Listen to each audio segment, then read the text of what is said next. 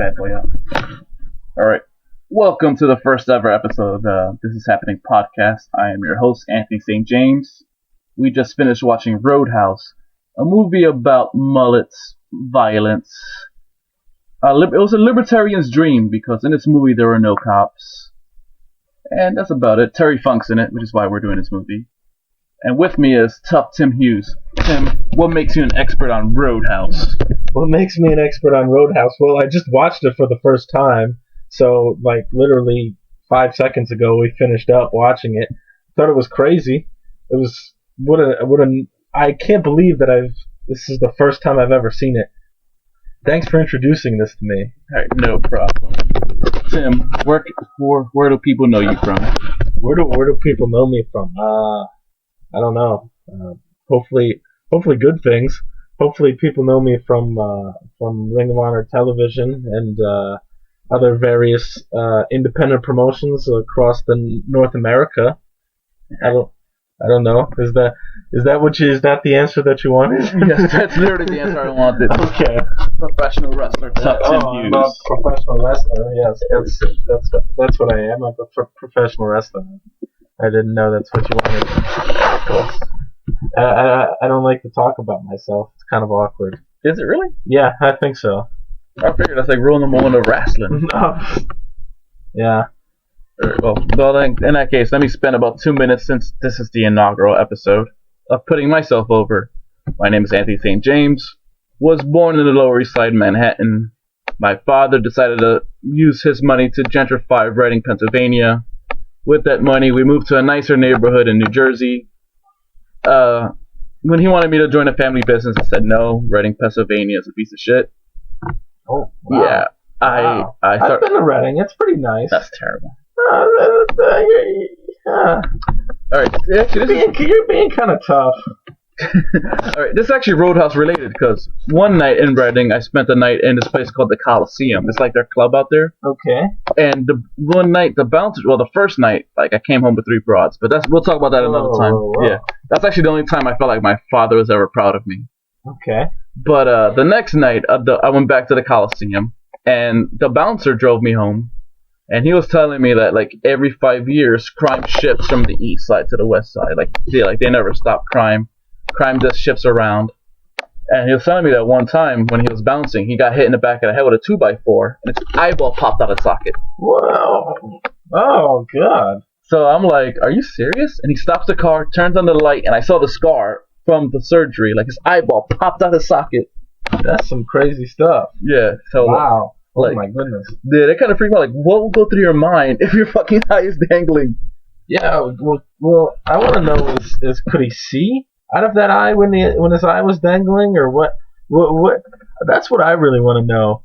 Yeah, did you ever ask him that, if he could see it, out of that eye? If the eye's out of the socket and he's got the eye in his hand, can he see what's going on, or no? Yeah, I should have asked him that, because I think what it is because what your brain does is, if you're wearing, let's just say you need contact lenses, right? Yes. And one contact pops out the eye. Okay.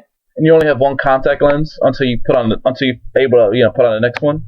Your brain takes over and only shows you the good eye. The bad eye goes completely blank. So I'm thinking that's what happens there. Huh. So yeah.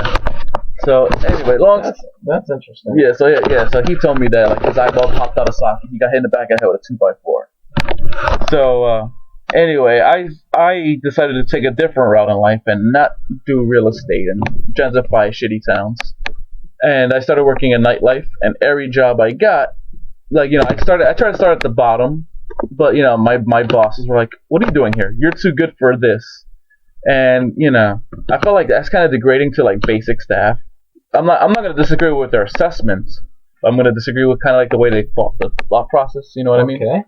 So it's oh, you're too good to be a staff, and so when I would do bartending, oh, you're too smart to be a bartender, or when I became a bouncer, oh, you're too same thing, you're smart to be a bouncer, and every position I got kept oh, you're too good for this and you're too good for that, and I'm not a fan of that whole class society, the lower people have to stay down here. in the upper whatever. But of course. But I do agree with that. I was way capitalism. Yeah. Capitalism. Well, Dalton had a degree from NYU, so in philosophy. So he's a pretty smart guy. So I don't know. I guess bouncers are pretty smart. In theory, yeah. In theory, just Dalton and maybe you. Yeah, so maybe you. Yeah, I was actually not the world's because I can't tell, but I was a pretty small bouncer back then. I was only about 5'10" and weighed about 155 pounds. I think you're taller than Swayze. Yeah, way bigger.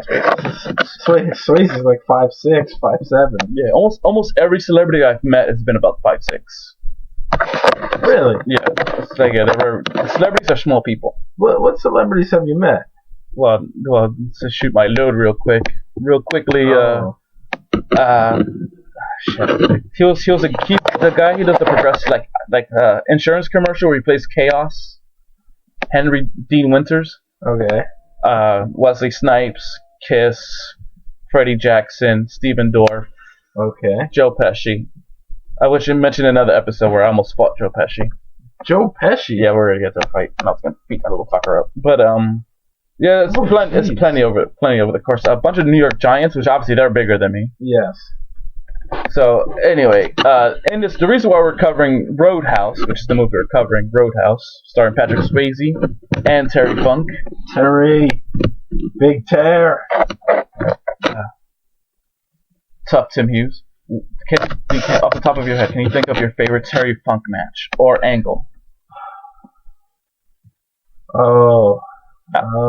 Well, while he's thinking, I'll go first. Okay, you go first. My introduction to Terry Funk was he was a ring announcer for the NWA, like late '88, early '89. And then one day when Flair won the title, Terry's like interviewing him, and he's like, "Oh, champ, why don't you give me a shot?" And Flair's just brushing him off. Oh, Terry, you're just making movies. You're just a commentator. Mm-hmm. And Funk's like, "Oh yeah, I'm just kidding." And then next thing you know, Funk attacks Flair, pile drives him on top of a table, and that's the whole program of Ric Flair and Terry Funk, 1989. It's like Apex NWA, in my personal opinion. The I Quit match is one of my favorite matches of all time. Yeah, I can't think of a specific match off the top of my head, but really, like Terry Funk, like he was a man that could do it all. Like in the beginning, he was a technical wrestler, and then as he aged, he couldn't do all the technical stuff anymore, so he started doing crazy stuff.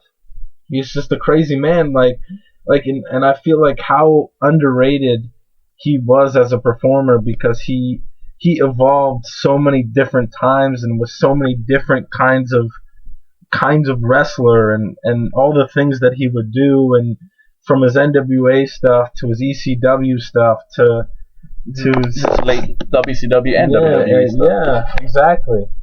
Yeah, his program with the Sheik in Detroit in the late '70s, very underrated. Yeah, I mean that's before my time. I don't know. I'm not a Highlander.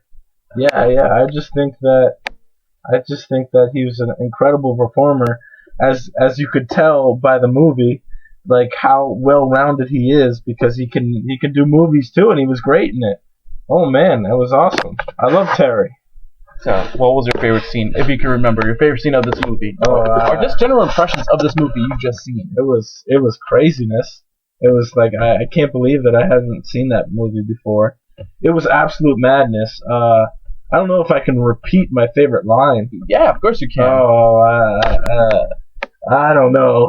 I don't know if I want to say it. You can say it, but I'm not going to say it. All right. So there's a heel in the movie that may or may not be the love child of Paul Roma and Jose Canseco, and he's fighting Dalton, aka Patrick Swayze, and he has him in a hammerlock, and he just goes, "I used to fuck guys like you in prison." Oh yeah. Oh god. And that's just like that was the nastiest thing that you can say to anybody. And you know who also said that? Scott Weiland. I guess that's where Scott Weiland got it from. Oh yeah, probably. Yeah, because one time at a concert, some guy was heckling Scott Weiland of Stone Temple Pilots, and he said something very similar.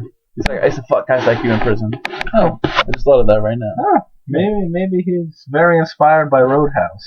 Who isn't inspired by Roadhouse? Now I'm inspired by Roadhouse. Oh my goodness. Yeah. Like ideas were flowing through my head.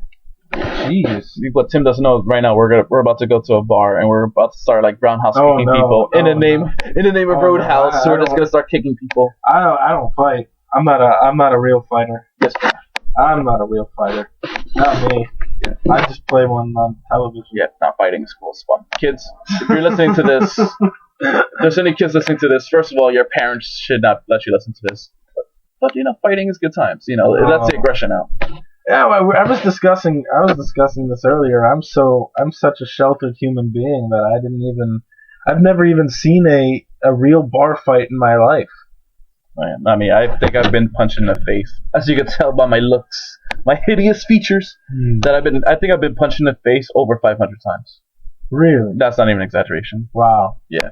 Wow. Yeah. Like the worst, not physically, but emotionally, the worst fight I've ever been in was I was working at this bar in Jersey City as a cooler, like Dalton, and it's end of the night, 2:30 in the morning. We're kind of cleaning up shop. We're like getting rid of, telling everyone to leave. I just hear a girl up from like the corner, the side of my ear, yelling, "Oscar, don't do it!" This one guy runs to the bathroom, and when he runs to the bathroom, he attacks the guy who's peeing. Guy's in a urinal. Oh God! And he attacks the guy from behind. And luckily I see this, so I'm able to run into the bathroom also to break up the fight. So as the guy's trying to attack the guy urinating, I grab the attacker and I slam him against the wall. Unfortunately, the guy who was peeing takes this opportunity to take a slap at the guy who attacked him from behind, which I understand why he's upset. I understand why you're upset. I understand why you want to slap this guy.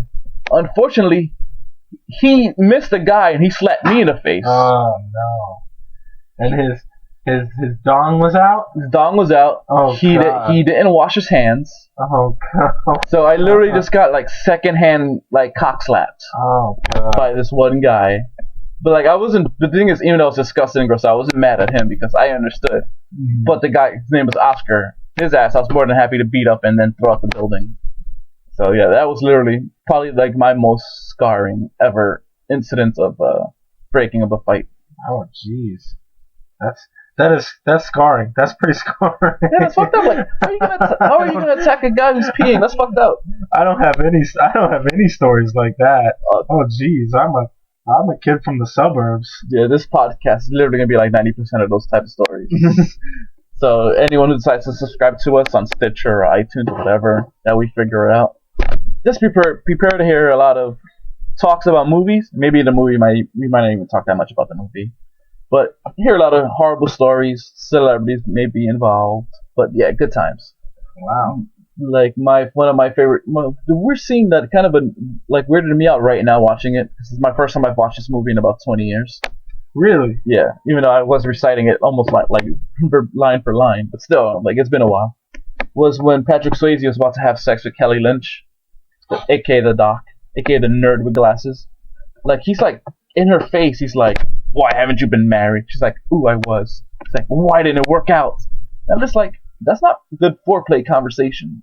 But it worked. Well, for Patrick Swayze. And for Patrick Swayze could say anything. Yeah. And I'll drop my pants.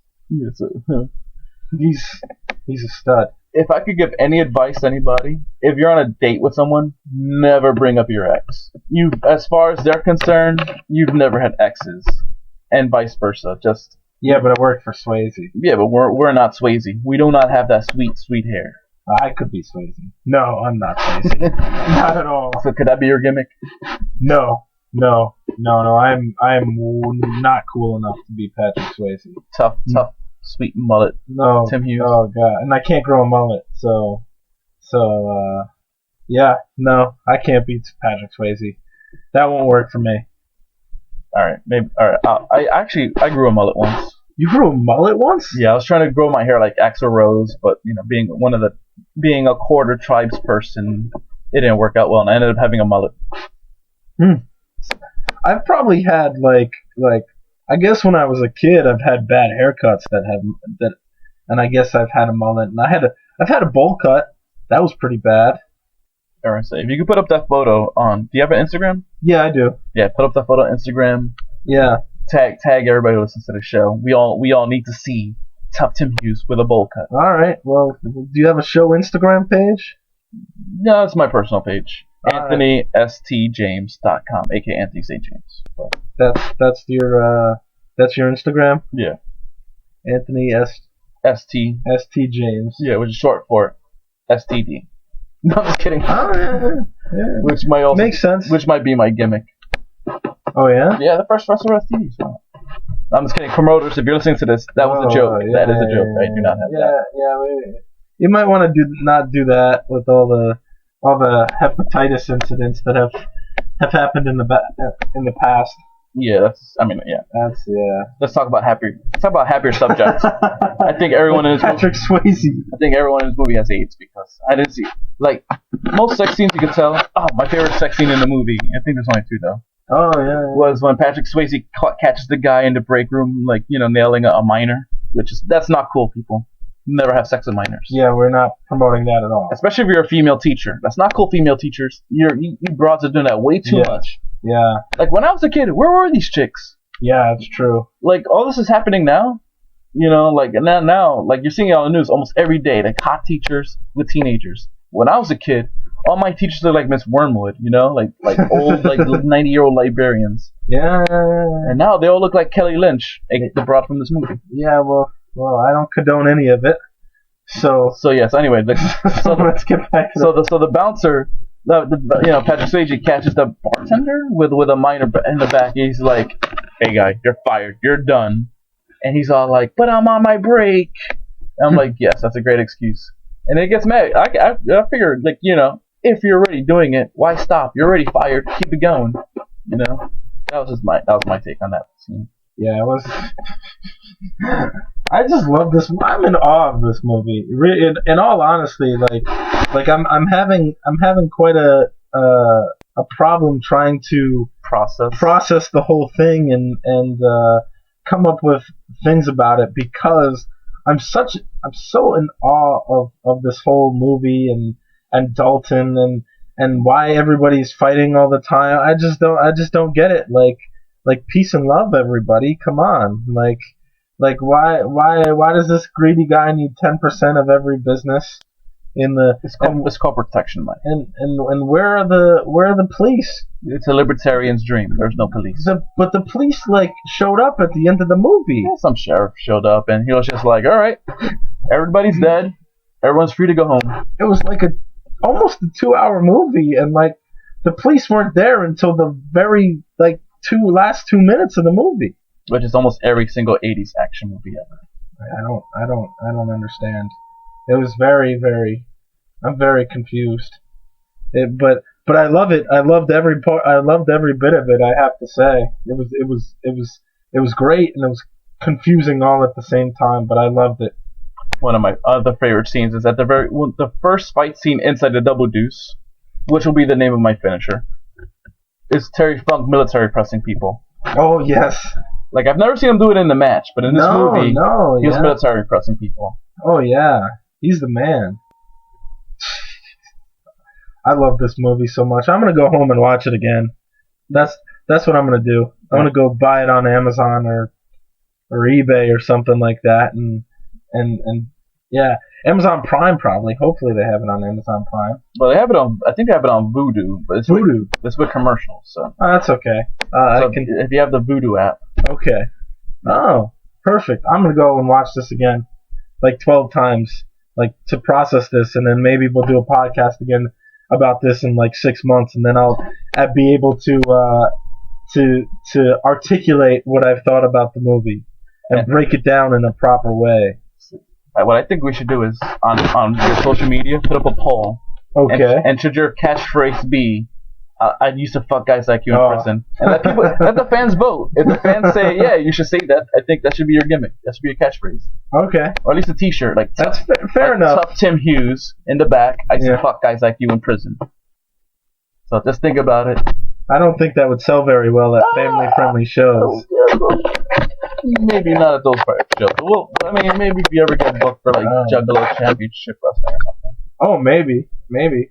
That's badass. Yeah, so I think on that happy note, ladies and gentlemen, what's up, Tim Hughes? Where can people find you on social media? They can find me on Facebook, facebook.com/MrGoodNews with a Z. That's a Z at the end because that was back in 2009 when Z's were still cool at the end of things. You can find me on Twitter at ToughTimmy, and you can find me on Instagram at ToughTimmyH. ToughTimmyH. Yes, that's where you can find me, and at your local wrestling shows, because I'm doing wrestling. I'm doing that wrestling thing every weekend. This weekend I'll be in Pennsylvania for CCW, but it's probably gonna air late. 3 weeks. In 3 weeks. So where am I gonna be? What's the date? July 1st? Yeah, let's go July 2nd. July 2nd. I just know like any promoter. Oh, so I just came back from Canada. Happy Canada Day, everybody.